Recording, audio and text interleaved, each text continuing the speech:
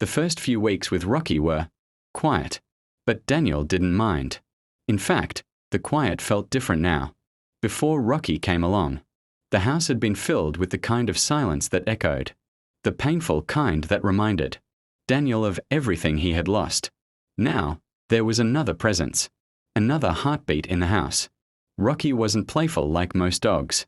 He didn't chase toys or bark at passing cars. Most of the time, he simply followed Daniel from room to room, sitting nearby like a quiet shadow.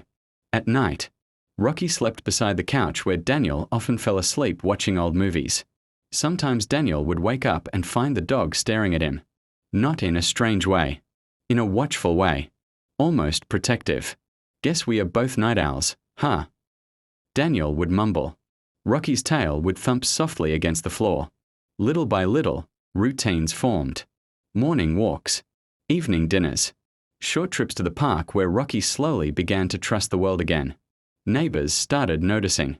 "That dog really loves you," Mrs. Henderson from next door said one afternoon. Daniel chuckled. "I think we just understand each other." And it was true. They did. Daniel talked to Rocky more than he talked to most people now. About Emily. About work. About the strange emptiness grief left behind. Rocky always listened. Never interrupting. Never judging. Just sitting beside him. One rainy evening, Daniel sat on the porch staring at the dark sky. "I still miss her," he said quietly. Rocky leaned against his leg. Daniel scratched behind the dog's ears. "You know, you're the first good thing that's happened in a while." Rocky wagged his tail slowly. For the first time in 2 years, Daniel felt something close to peace. But life has a strange way of testing moments of peace. 2 months later, Daniel's company announced massive layoffs. Half the staff was gone in one day. Daniel was one of them. He sat in his car outside the office building, staring at the termination letter in his hands. 20 years of loyalty. Gone in 5 minutes. When he got home, Rocky greeted him at the door like always, tail wagging gently. Daniel sank onto the couch. "I lost my job today, buddy." Rocky climbed up beside him. Daniel buried his face in the dog's fur. For the first time since adopting him, Rocky licked Daniel's cheek. It was such a simple gesture, but it broke something open inside him. Daniel laughed through tears. "Guess it's just you and me now, huh?" Rocky stayed pressed against him the entire night. Daniel didn't realize it then. But Rocky wasn't just comforting him. He was watching. Waiting. Because somewhere in the near future, something dangerous was coming. And Rocky would be the only one who saw it first. Losing his job changed everything. At first, Daniel told himself it was temporary. He sent out resumes, made phone calls, and attended interviews. But weeks turned into months, and the answers were always the same. "We've decided to move forward with another candidate." Bills began stacking up on the kitchen table. Electricity, mortgage, insurance. Daniel tried to stay positive, but the weight of everything slowly pressed down on him. Through it all, Rocky stayed close. Every morning the dog waited patiently by the door for their walk. Rain or shine, Rocky nudged Daniel gently until he got up. All right, Daniel would sigh, grabbing the leash. "You're more disciplined than I am." Those walks became the one part of the day Daniel looked forward to. They passed the same houses, the same trees, the same friendly neighbors. But Rocky always walked with purpose, alert, aware of everything around them. One evening in early autumn, Daniel and Rocky took a longer route through a quiet wooded trail near their neighborhood.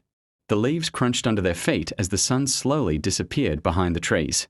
Daniel was deep in thought, worrying about money again. "Maybe I should sell the house," he muttered. Rocky suddenly stopped walking. Daniel tugged gently on the leash. "Come on, buddy." But Rocky didn't move. Instead, the dog began growling softly, something Daniel had never heard before. "Rocky." The dog's ears were pointed toward the trees, his body stiff. Then he barked. Loud. Sharp. Daniel looked around, confused. "Hey, what's wrong?" Rocky barked again, louder this time. Suddenly a man stepped out from behind the trees. Daniel's stomach dropped. The man looked rough, his hood pulled low over his face. "Wallet," the stranger demanded coldly. Daniel froze. He hadn't even realized someone was there. The man pulled something shiny from his pocket, a knife. Now.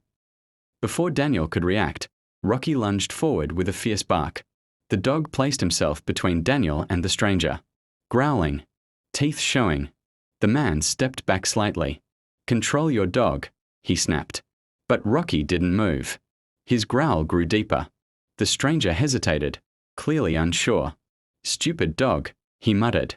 He waved the knife slightly, trying to scare Rocky. Big mistake. Rocky charged. The sudden movement startled the man enough that he stumbled backward. The knife dropped into the leaves. Within seconds, the stranger turned and ran into the trees. Daniel stood there in shock. His heart pounded wildly. Rocky ran back to him, barking once more before calming down. Daniel dropped to his knees and wrapped his arms around the dog. You just saved me," he whispered. Rocky wagged his tail, panting happily like nothing unusual had happened. Daniel laughed shakily. "You're not unwanted, buddy." He scratched Rocky behind the ears. "You're a hero." But Daniel still had no idea that Rocky would save him one more time, in a way far more powerful than either of them could imagine. After the incident on the trail, Daniel couldn't stop thinking about how close he had come to being seriously hurt. Or worse, every time he looked at Rocky, gratitude filled his chest. "You really are something special." Daniel told him one evening while pouring dog food into his bowl. Rocky wagged his tail proudly. The story about the attempted robbery spread quickly around the neighborhood. Mrs. Henderson told everyone how Rocky had scared off a criminal. Soon people began greeting Rocky like a local hero during their walks. "Hey there, brave boy." A man from down the street laughed. Rocky soaked up the attention. But Daniel knew the dog hadn't acted for praise. He had acted out of loyalty, something Daniel hadn't felt from the world in a long time. A few weeks later, Daniel finally landed a small, temporary job repairing equipment at a warehouse across town. The pay wasn't great, but it was enough to help him breathe again. That night, Daniel decided to celebrate in a simple way. Pizza, a movie, and Rocky curled up beside him. For the first time in months, Daniel felt hopeful again. But around midnight, something strange happened. Rocky suddenly jumped up from the floor. His ears were alert, his nose sniffing the air. "Rocky." Daniel mumbled sleepily. The dog began barking. Loud, urgent. Daniel sat up. "What's wrong?" Rocky ran toward the hallway, barking again. Then Daniel smelled it. Smoke. His heart skipped. He rushed into the kitchen. Flames were crawling up one side of the wall near the stove. A small electrical fire had started behind an outlet. And it was spreading. Fast. Holy. Daniel grabbed the fire extinguisher under the sink. But the flames were already climbing toward the cabinets. Smoke filled the room. Rocky barked wildly, tugging at Daniel's pant leg. Okay. Daniel coughed. He dropped the extinguisher and ran toward the door. Rocky ran beside him. Within seconds they were outside on the lawn as flames began glowing through the kitchen window. Daniel fell to his knees, breathing hard. Fire trucks arrived minutes later. Neighbors gathered around as firefighters controlled the blaze. One firefighter walked over afterward. "Good thing you got out when you did," he said. "Another 10 minutes and the smoke alone could have knocked you unconscious." Daniel looked down at Rocky. The dog sat calmly beside him, tail wagging, just happy his human was safe. Daniel hugged him tightly. "You saved my life, again." And this time, everyone could see it. The fire damaged a large part of Daniel's kitchen, but thankfully the rest of the house survived. Insurance helped cover repairs, and neighbors brought meals for several days while things were being fixed. But the real change wasn't in the house.